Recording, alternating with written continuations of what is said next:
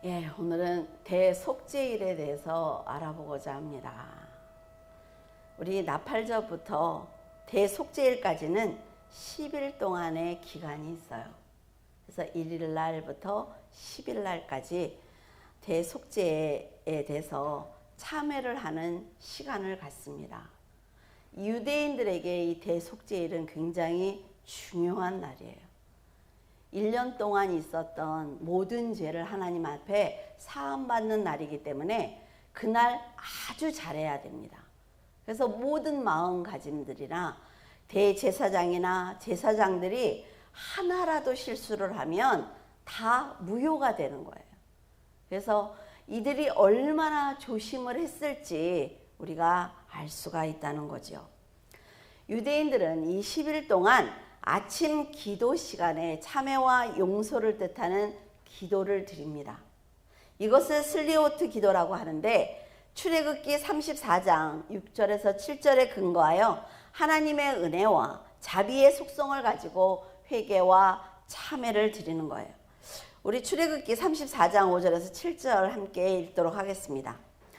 여호와께서 구름 가운데에 강림하사 그와 함께 거기 서서 여호와의 이름을 선포하실세 여호와께서 그의 앞으로 지나시며 선포하시되 여호와라 여호와라 자비롭고 은혜롭고 노하기를 더디하고 인자와 진실이 많은 하나님이라 인자를 천대까지 베풀며 악과 가실과 죄를 용서하리라 그러나 벌을 면제하지는 아니하고 아버지의 악행을 자손 3, 4대까지 보응하리라.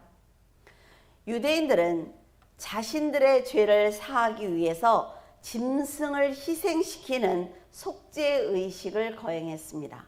이것을 크바롯이라고 하는데 우리가 송구영신 예배 때 회개 드리잖아요. 그렇죠? 다 같이 모여서 1년 살아온 회개를 드리고 하나님께 용서를 빌고 새해를 준비하는 그런 행사다라고 생각을 하시면 돼요.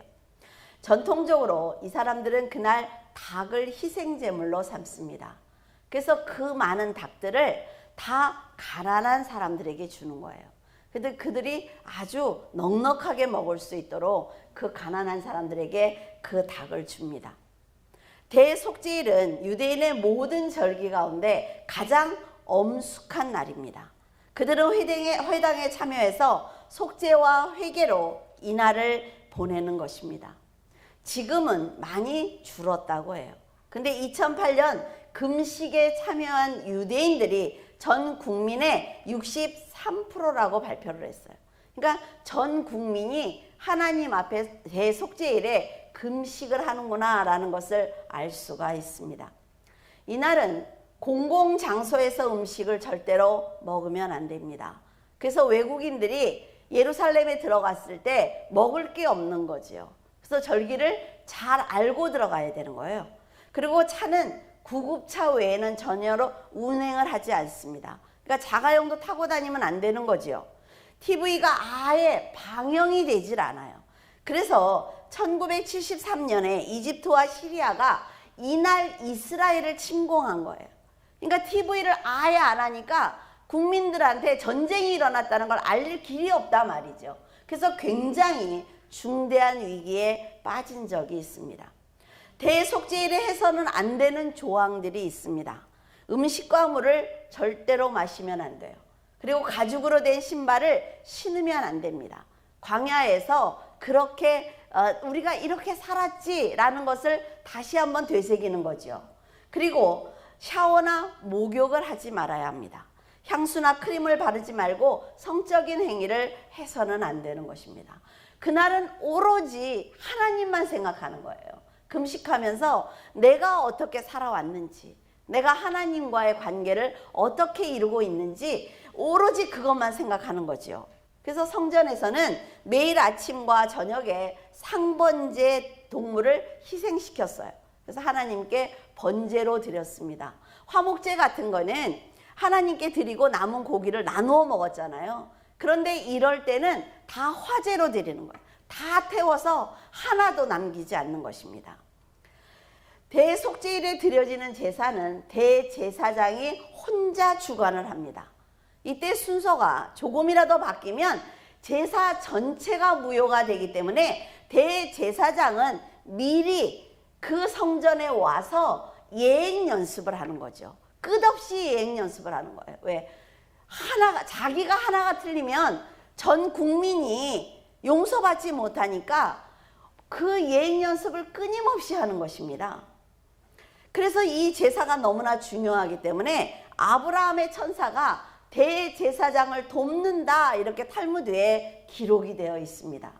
대속죄일에 제사를 통해 모든 것이 갱신되는 거예요. 1년 동안 지금까지 왔던 모든 잘못이나 그리고 안식일이나 절기나 모든 대제사장의 일이나 모든 것이 다 갱신되기 때문에 대제사장 어깨에 모든 짐이 올려져 있는 것입니다. 그러니 얼마나 힘들었을까요?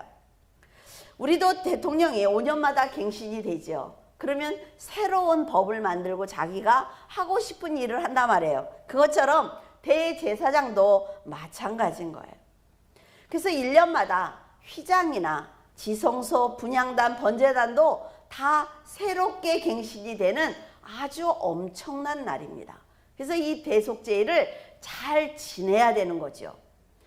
대제사장이 어떤 순서에 의해서 대속죄일의 의식을 진행했는지 21가지인데 좀 길지만 여러분들이 레위기나 출애굽기를 읽을 때 이렇게 한번 들어놓으면 이때는 이랬구나 라는 그런 생각을 할 수가 있어서 좀 길기는 한데 한번 기록을 해봤어요. 성전에 마련된 정결탕에서 정결의식을 행합니다. 그 다음에 특별하게 금으로 만든 예복을 입는 거예요. 이 예복은 휘장 챔버 기억나세요? 그 휘장 챔버에 있는 여인들이 옷을 만드는 거죠. 그 금으로 된 옷을 대제사장이 입는 것입니다. 대제사장은 금옷을 입을 때 굉장히 조심스럽게 입어요. 왜냐하면 이 옷 자체가 하나님이 지으라고 한 대로 지었거든요. 말씀대로 지은 옷이기 때문에 이 옷을 굉장히 겸손하고 나는 정말 죄인이고 나는 하나님 앞에 죽은 자라는 생각을 가지고 아주 조심스럽게 입는다고 해요. 자주색 끈을 작은 종과 연결해서 사람들이 들을 수 있도록 합니다.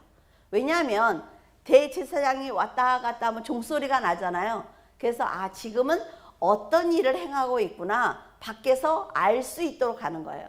근데 우리가 이제 일반적으로 저도 학교에서 그렇게 배웠는데 끈에다가 묶고 종을 달고 대제사장이 안에서 죽으면 끈으로 끌어낸다고 저도 배웠거든요. 근데 그것은 잘못된 정보예요. 대제사장이 이 옷에 성류와 종이 이렇게 있잖아요. 그래서 다닐 때 지금 어떤 일을 진행하고 있구나라는 것을 알 수 있도록 그렇게 했대요. 그 끈 위에 흉패를 붙입니다. 금 흉패는 12개의 값진 보석으로 되어 있죠. 대제사장의 의복을 보면 그 12지파에 각 보석이 다르잖아요. 그 보석을 달아요. 그래서 대제사장이 지금 모든 전 국민을 대표해서 백성을 대표해서 하나님 앞에 서 있는 것입니다.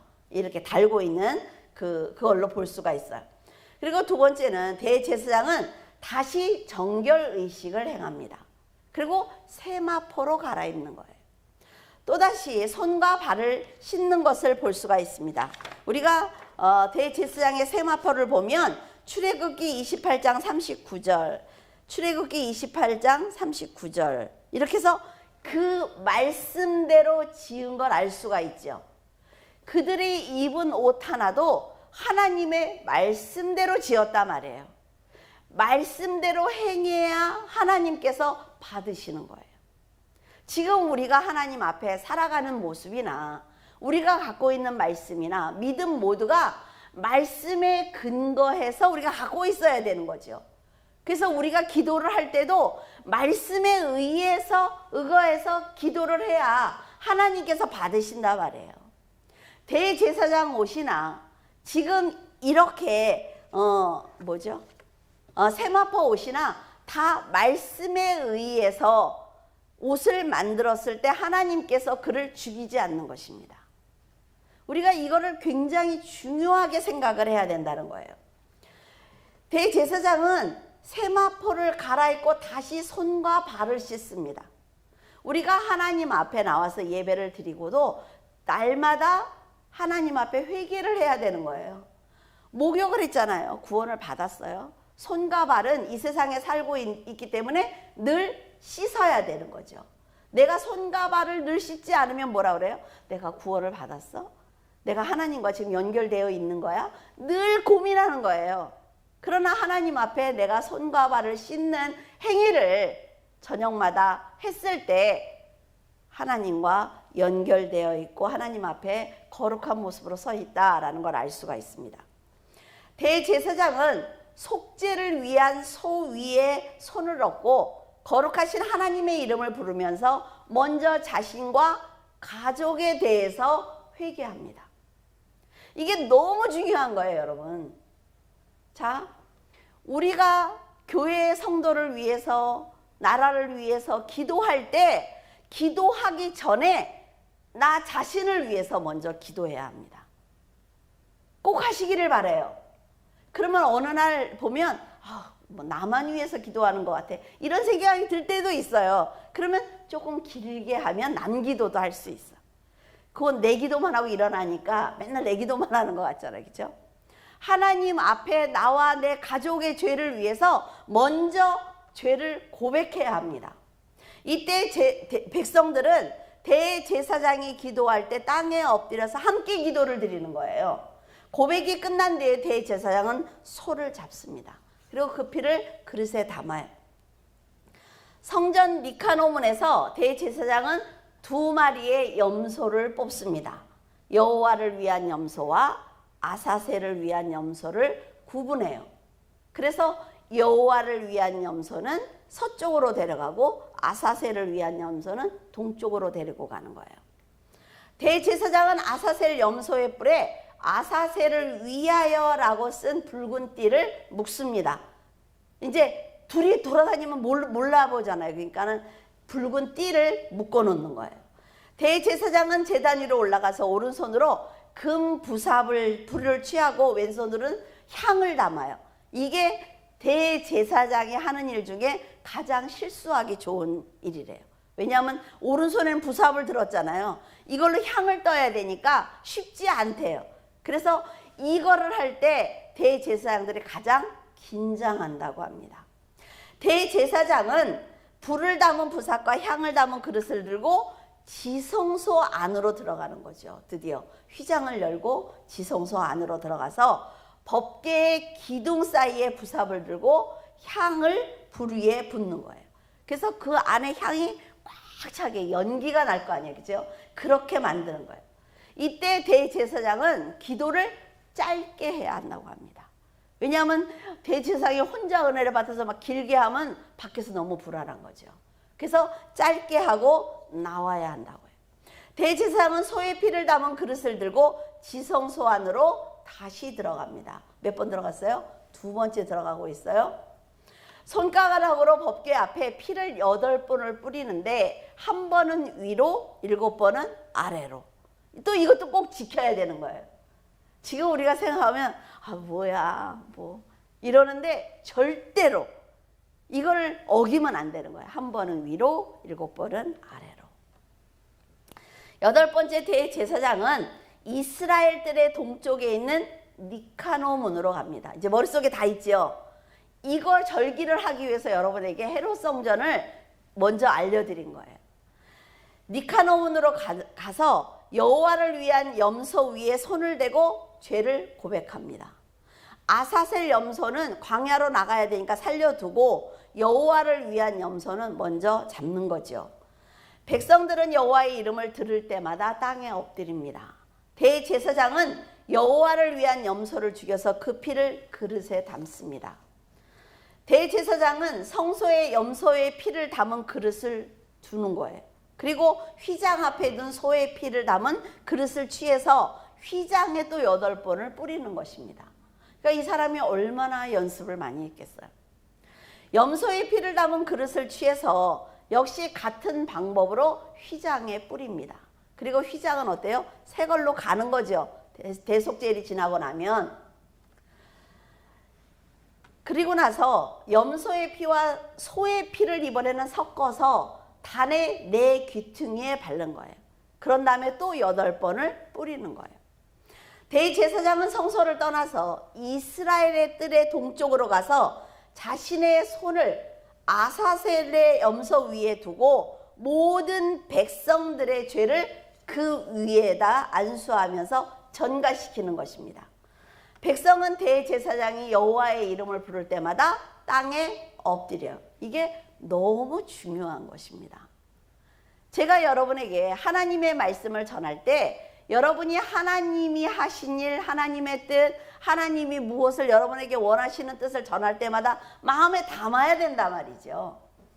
아, 그래, 오늘 목사님 설교가 공부를 많이 했나 보네, 은혜가 된다.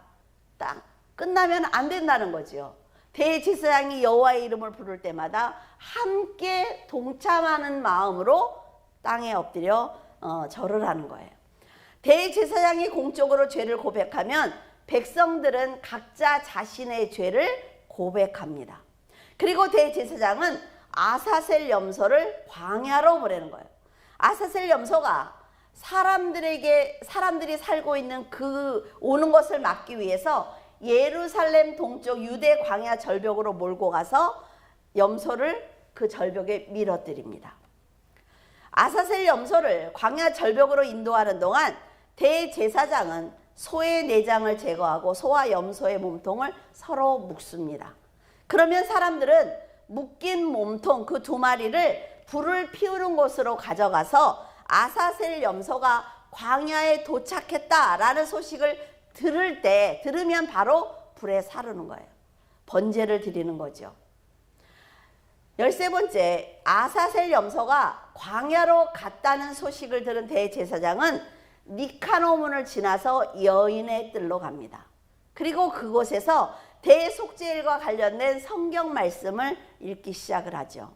14번째, 대제사장은 세마포 옷을 벗고 성전뜰에 있는 정결탕에서 정결의식을 행한 후 2번째 급으로 된 예복을 다시 갈아입습니다. 세마포 옷을 벗기 전에 손과 발을 또 씻어요. 그리고 금 예복을 입은 후에 손과 발을 또 씻습니다. 하나님 앞에 얼마나 거룩하기 위해서 노력을 하는지 우리가 봐야 된다는 거죠. 15번째, 대제사장은 2마리의 양을 잡아서 번제로 드립니다. 2양을 번제단 북쪽에서 잡아서 그 피를 그릇에 담아 번제단 둘레에 바르는 거예요. 그리고 그 양은 번제로 드립니다. 대제사장은 하나님께 바치는 곡물을 드립니다. 그리고 대제사장은 소의 내장과 염소를 제단 위에 두고 전체를 불로 태워요. 18번째, 대제사장은 금 예복을 벗고 정결탕에 들어가서 정결의식을 또 행하지요. 그러면 정결탕이 지금 3번째 들어갔나요?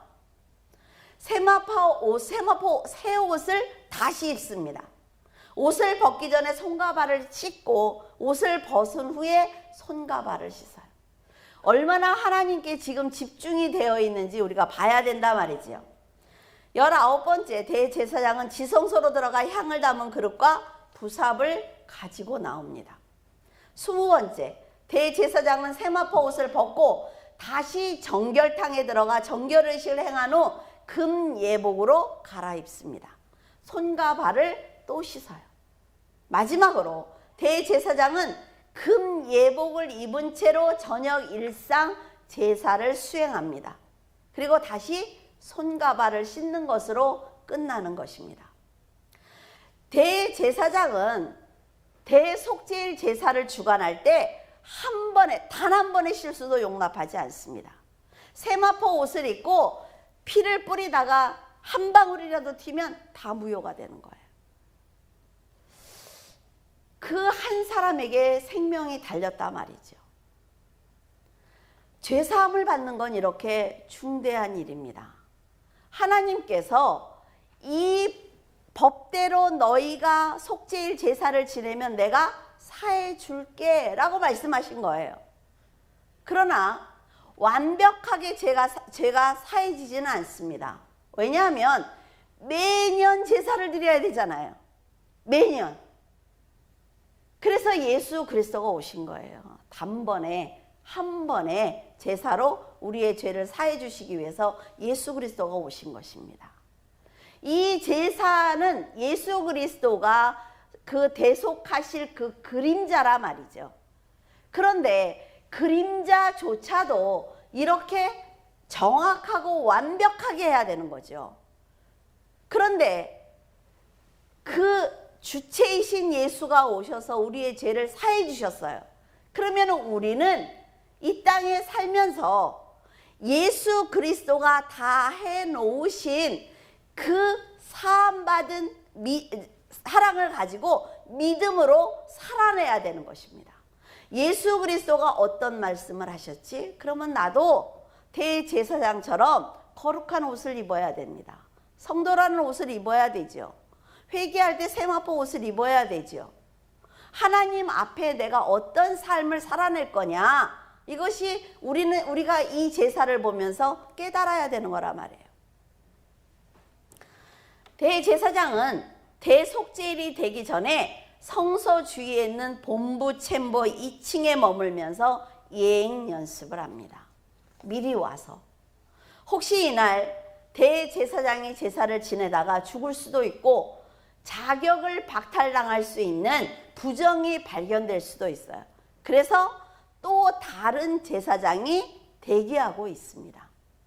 히브리서 9장 7절 다 함께 읽겠습니다. 오직 둘째 장막은 대제사장이 홀로 1년에 한 번 들어가되 자기와 백성의 허물을 위하여 드리는 피 없이는 아니하나니. 대제사장이 지성소에 1년에 한 번 들어간다. 그러니까 단 한 번만 들어가는 줄 알지만 지금 우리가 보니까 어때요? 서너 번 들어가지요. 그러니까 1년에 한 번 들어간다. 이 말은 하루 들어간다. 이런 얘기로 아시면 될 것 같습니다. 대속죄일 전날 대제사장은 산에 들인 장로들 앞에서 모든 일을 경건하게 치룰 것을 선서합니다. 내가 내일 잘하겠다고 선서를 일단 해요. 그리고 재물들이 도망가지 않도록 좀 이거를 이렇게 쓰면서 좀 잔인하긴 하다 이런 생각이 들었어요. 그 죽을 그 양들, 소들, 염소들하고 친해지는 거예요. 잡아야 되는데 얘네들이 막 날뛰면 큰일 나잖아요. 그러니까 이 대제사장을 믿고 따라올 수 있도록 친해지는 겁니다. 며칠에 걸쳐서. 대속죄일 전날 분향할 때 쓰는 향을 만드는 방에서 예루살렘 유력자들을 모아놓고 성경 공부를 가르칩니다. 그래서 이들이 백성들을 통솔할 수 있도록 가르치는 거예요. 레위기 16장 21절에서 22절 함께 읽겠습니다. 아론은 그의 두 손으로 살아있는 염소의 머리에 안수하여 이스라엘의 자손의 모든 불의와 그 범한 모든 죄를 아뢰고 그 죄를 염소의 머리에 두어 미리 정한 사람에게 맡겨 광야로 보낼지니 염소가 그들의 모든 불의를 지고 접근하기 어려운 땅에 이르거든 그는 그 염소를 광야에 놓을지니라. 아사셀 염소를 얘기하는 거죠. 황소와 염소를 제물로 드리는 의식을 거행할 때 같은 날 태어나야 돼요. 그리고 크기가 같아야 돼요. 쌍둥이처럼. 그런 두 염소를 고릅니다. 염소 두 마리를 앞에 두고 제비뽑기를 하는 거예요. 그래서 오른손으로 여호와를 위하여, 그러니까 아도니아를 위하여가 먼저 뽑히면 올해는 하나님께 축복을 받겠구나 이런 생각들을 한대요. 그래서 그 아사셀 염소에게 빨간 띠를 두릅니다. 자, 레위기 16장 6절에서 8절 시작. 아론은 자기를 위한 속죄제에 수송아지를 드리되 자기와 집안을 위하여 속죄하고 또 그 두 염소를 가지고 회막문 여호와 앞에 두고 두 염소를 위하여 제비 뽑되 한 제비는 여호와를 위하고 한 제비는 아사셀을 위하여 할지며. 이렇게 두 마리가 뽑히면 그 많은 염소 중에 똑같이 생긴 한날에 태어난 두 염소를 뽑으면 그 두 염소는 죽는 거예요. 광야로 간 염소는 절벽에 떨어져 죽고, 서쪽으로 여호와를 위하여 그 염소는 하나님 앞에 번제로 죽는 것입니다. 어쨌든 죽는 거예요. 두 염소가. 누구의 죄를 위해서? 우리의 죄를 위해서. 예수 그리스도가 이 땅에 오신 것은 죽으러 오셨습니다. 예수님은 이 땅에서 잘 먹고 잘 살려고 온 게 아니에요. 오로지 죽으러 왔어요. 오로지. 예수님 자신이 뽑힌 거죠. 그래서 예수님이 이 땅에 오셔서 모든 인간들의 죄를 세례 요한을 통해서 전가받고, 그리고 십자가에서 죽으신 것입니다.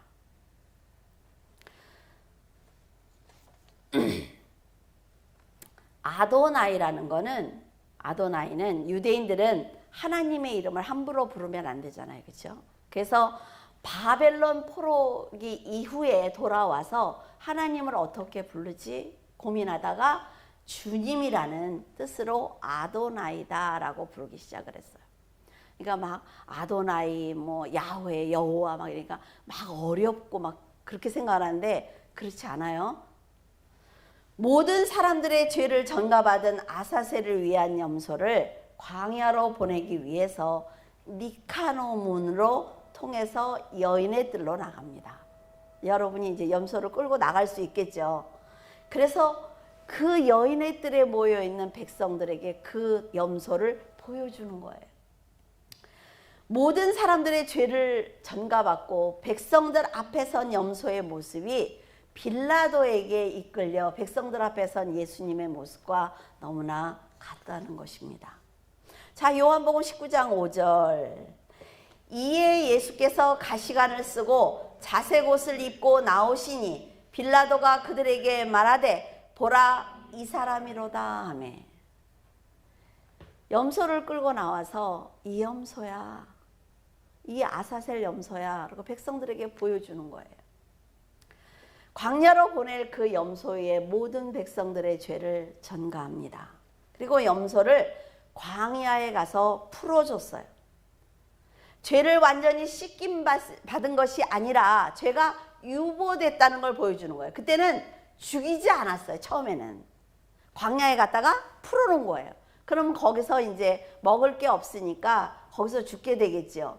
그런데 사람들이 광야에서 유랑을 할 때는 염소들이 찾아오지 못했는데 이 사람들이 정착을 하니까 염소들이 찾아오는 거예요. 다시. 강아지들도 멀리 갔다가 오잖아요. 똑똑한 애들은. 그러면 뭐예요? 죄가 다시 돌아온 거죠. 하나님께서는 이 동물들을 자기 죄를 위해서 죽이는 것은 죄를 유보하시는 것이지 완벽하게 죄를 사해 주시는 게 아니라 말이에요. 그러니까 백성들이 자기가 죄를 지면 동물을 끌고 가서 죄를 안수하고 죽이잖아요. 이런 절기가 아니더라도. 그러니까 하나님의 죄가, 하나님 앞에 죄가 완벽하게 없어진 것이 아니라 예수 그리스도가 오실 때까지 계속 죄를 유보해 주시는 거죠. 그러나 예수님은 자기의 피로 단번에 죄를 용서하셨습니다. 자, 시브리서 9장 12절에서 14절 시작. 염소와 송아지의 피로 아니하고 오직 자기의 피로 영원한 속죄를 이루사 단번에 성소에 들어가셨느니라. 염소와 황소의 피와 및 암송아지의 죄를 부정한 자에게 뿌려 그 육체를 정결하게 하여 거룩하게 하거든 하물며 영원하신 성령으로 말미암아 흠없는 자기를 하나님께 드린 그리스도의 피가 어찌 너희 양심을 죽은 행실에서 깨끗하게 하고 살아계신 하나님을 섬기게 하지 못하겠느냐. 예수 그리스도의 피로 우리는 단번에 깨끗해졌습니다. 나중에 심판을 받고 하나님 앞에 서야 넌 천국행 이런 게 아니라 우리는 여기서 예수 그리스도께서 나를 위해 이 땅에 오셨고 내 죄를 십자가에서 다 사해 주셨다는 걸 믿으면 천국에 가는 거예요. 재판을 받는 게 아니라 말이에요. 심판을 받는 게 아니라 말이죠. 천국에 가서 사는 거예요, 그냥. 그러니까 내가 이 땅에서 어떤 믿음을 가지고 사느냐가 너무 중요한 거죠. 예수 그리스도가 뭐라 그래요? 심판주로 오셨잖아요, 그렇죠? 마지막에 심판을 하시는 것이 아니라 심판주로 오셨어요. 그래서 너희가 내 말을 믿으면 산다 그랬잖아요. 이 땅에서 우리가 예수 그리스도께서 나를 죄를 사해 주셨다. 그분이 오셔서, 하나님이신 그분이 오셔서 나를 사해 주시고 다시 보좌에 가서 앉아 계시고 나는 그 사실을 믿고 살면 구원받는 것입니다.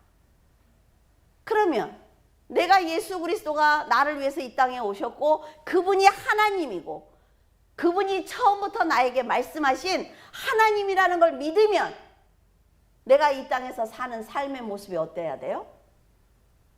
거룩해야죠. 손과 발을 계속 씻어야죠. 우리는 예수 그리스도의 피로 목욕을 했단 말이에요. 손과 발을 날마다 씻어야죠. 그래서 하나님의 손을 잡을 수 있는 깨끗한 손이 있어야 되는 것 아닙니까? 나는 믿어. 난 하나님 믿어. 나 예수 그리스도 믿어. 나 교회 다녀. 그러면서 나의 삶이 온전치 않으면 안 믿는 거라 말이죠. 안 믿는 거예요. 대속죄일에 행하는 이 모든 제사는 그리스도께서 단번에 죄를 사하실 그날까지 하나님께서 잠시 백성들의 죄를 못 본 척 해주신 것입니다. 왜? 자, 예수 그리스도가 여기 오셨어요. 십자가를 졌어요. 우리는 예수 그리스도가 십자가를 여기 살고 있잖아요. 그러니까 예수 그리스도를 바라보면 어때요? 우리는 구원받았어요. 이쪽에 있는 사람들은. 죄를 사해 줄 예수 그리스도가 오신다는 걸 율법을 통해서 믿으면 구원받겠죠. 여기 있는 사람들은 예수를 못 만났으니까 다 지옥 갔어요? 아니에요. 아브라함이 믿음으로 구원받았잖아요. 그렇지 않습니다. 그래서 메시아가 내 죄를 사해 주시러 오신다. 그분이 반드시 오신다는 걸 믿으면 구원받습니다. 예수를 바라보는 거예요, 양쪽에서.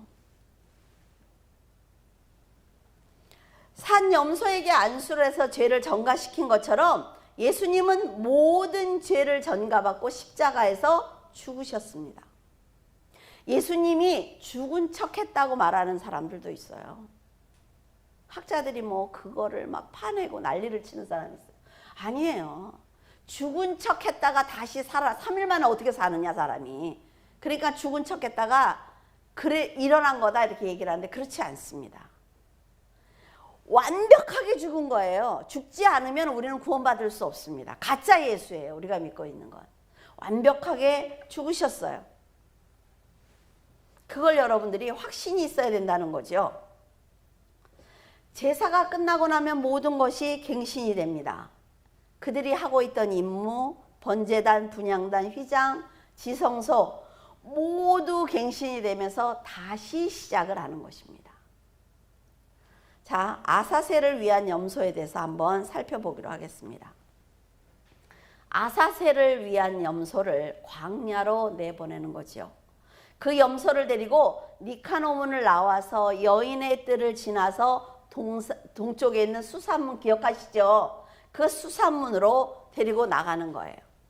기드론 골짜기를 거쳐서 감난산 동쪽으로 가면 유대 광야가 나옵니다. 사람이 없는 무인지경까지 가서 염소를 풀어놓는 거예요. 그래서 도대체 그 거리가 얼마일까? 사람이 걸어가야 되니까. 근데 16km더라고요. 그래서 아까 혜근 집사님한테 물어보려고 했어. 16km가 우리 교회에서 어디까지냐고 물어보고 싶었는데 못 물어봤어요. 까먹었어. 여러분들은 운전을 다 하시니까 대충 아시죠? 16km가 어느 정도인지. 그러니까 이 염소를 광야까지 끌고 가는데 오두막이 그 10마일 동안에 10개가 있는 거예요. 한 사람이 갈 수가 없으니까. 그래서 이 사람이 이제 출발을 합니다. 대제사장한테 보고를 하고 출발을 해서 안식일에 갔다가 올 수 있는 거리면 반나절이겠죠. 그 반나절 동안 갔다가 두 번째 사람한테 넘기고 돌아오는 거예요, 이 사람은. 그래서 자기 오두막을 지키고 있는 거예요. 그렇게 해서 마지막 10번째까지 가는 것입니다. 오두막과 오두막의 거리는 예, 말씀드렸죠. 자, 10번째 오두막은 사람이 없는 광야까지 끌고 가서 그 사람은 절벽으로 데리고 가는 거죠. 이때 염소가 이 사람의 얼굴을 보게 하는 거예요. 그래서 위로도 해주고 얘기도 하면서 무서워하지 않게, 그리고 밀어버리는 거죠. 좀 잔인하긴 하지만 우리의 죄가 이렇게 더러운 거예요. 우리가 예수 그리스도를 이렇게 죽인 겁니다.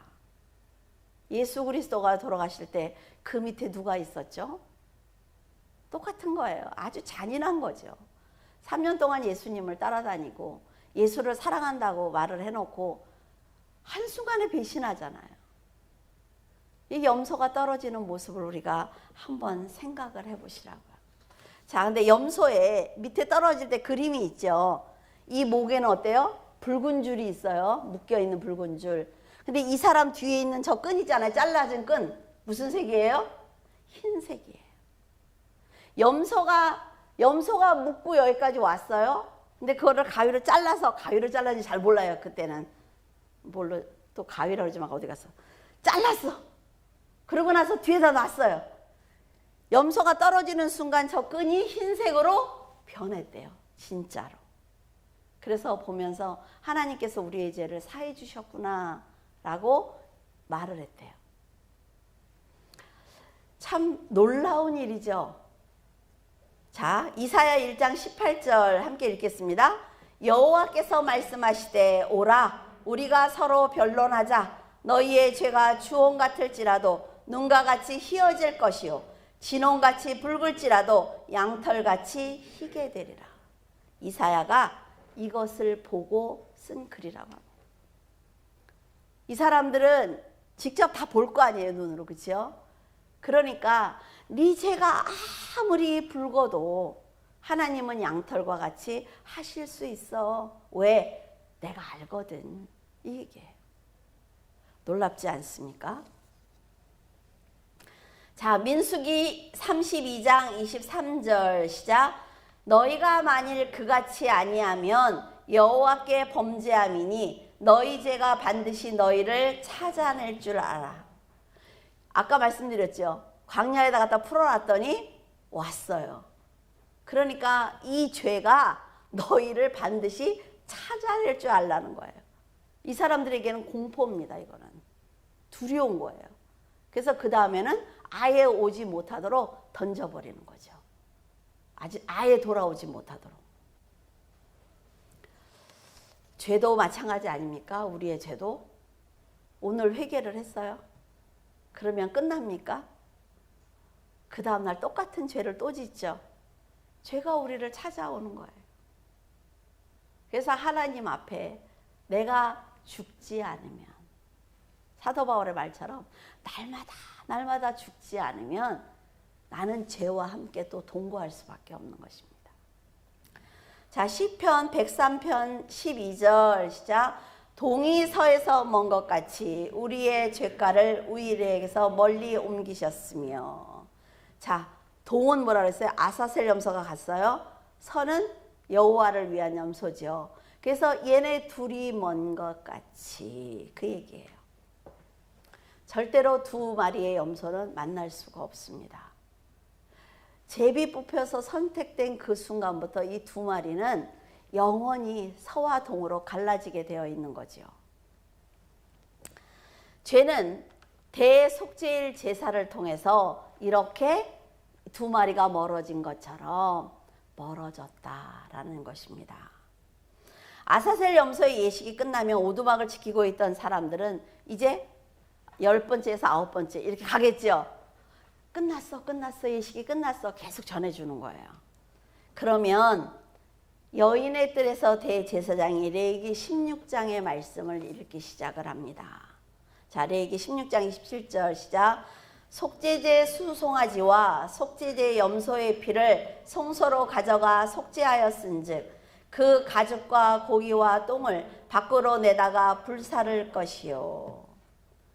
이제 모든 예식이 끝나니까 감람산에 지정되어 있는 그 장소에 가서 다 재물이 굉장히 많잖아요. 그곳에 가서 번제를 드리는 거예요. 이 성소에서 다 할 수 없으니까 데리고 나가서 이제 거기서 이제 모든 죄를 다 사함받았습니다. 얼마나 기뻐요? 우리도 송구영신 예배에 막 기도 열심히 하고 나면 어때요? 막 눈들은 이런데 웃지요. 너무 좋아. 기도를 열심히 하고 죄를 다 사함받은 것 같아가지고, 그죠? 이 사람들도 마찬가지예요. 너무나 즐거워요. 여인들은 흰 옷을 입습니다, 그날. 그래서 내가 흰 옷이 없으면 빌려서라도 입어야 돼, 그날은. 그래서 모든 여인들이 흰 옷을 입는 거예요. 그리고 춤을 춥니다. 자, 사사기 21장 19절에서 21절 시작.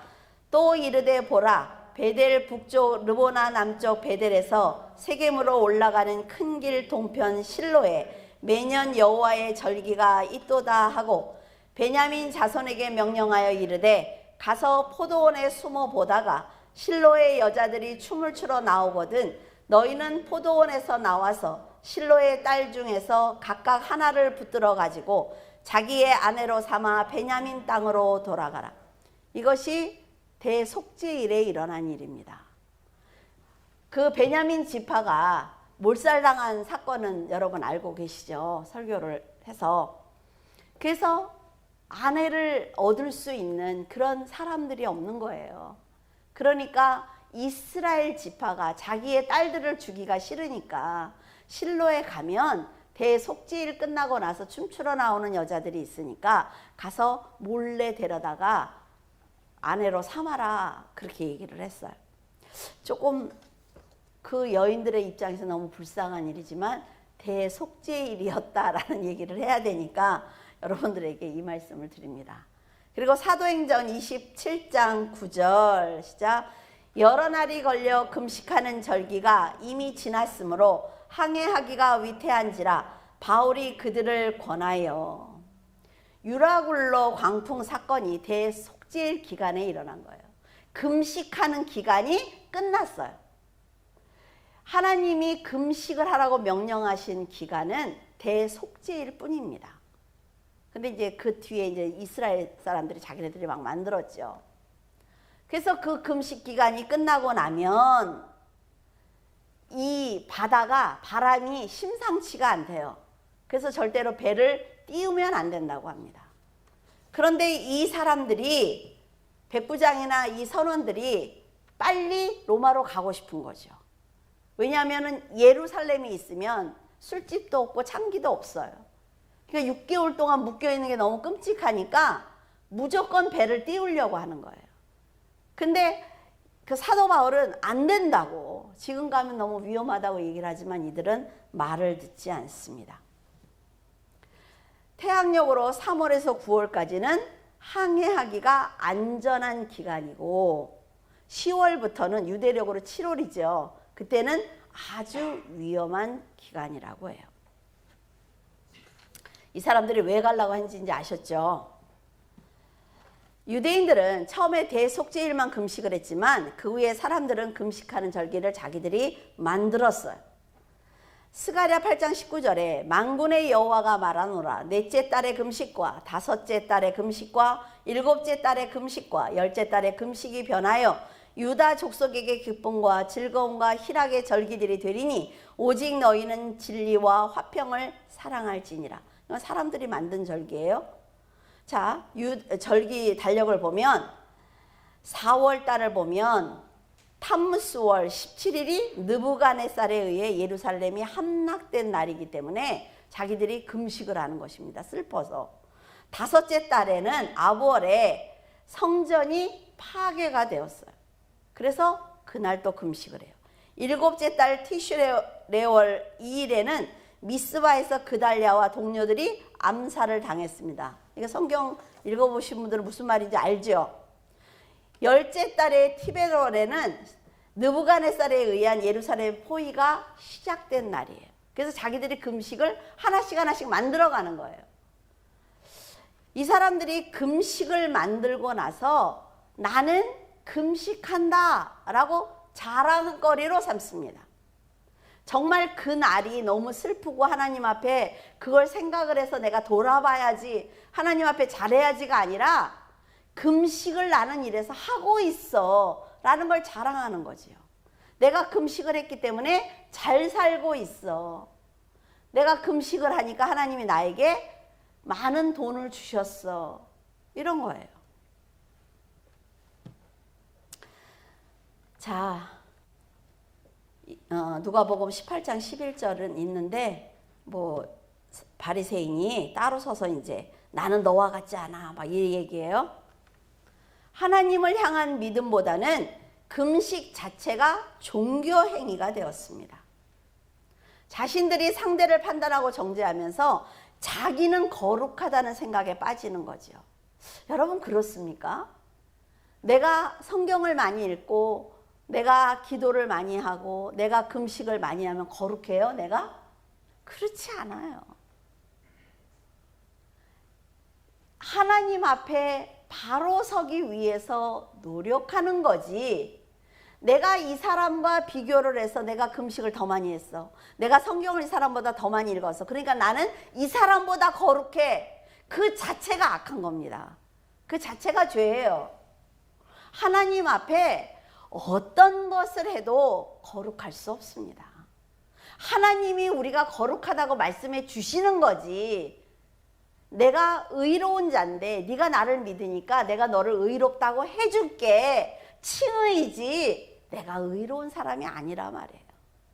그러니까 대제사장이 예복을 입는 거예요. 하나님 앞에 인간의 모습을 보이는 것이 아니라 이 옷을 보여드리는 거예요. 하나님 앞에 제가 이것으로 갈아입었습니다. 하나님 제가 세마포 옷으로 갈아입었어요. 이거지 인간이 뭘 거룩해요. 그래서 절대로 자랑하면 안 되는 것입니다. 자, 요한복음 1장 29절, 이튿날 요한이 예수께서 자기에게 나오심을 보고 이르되 보라 세상 죄를 지고 가는 하나님의 어린 양이로다.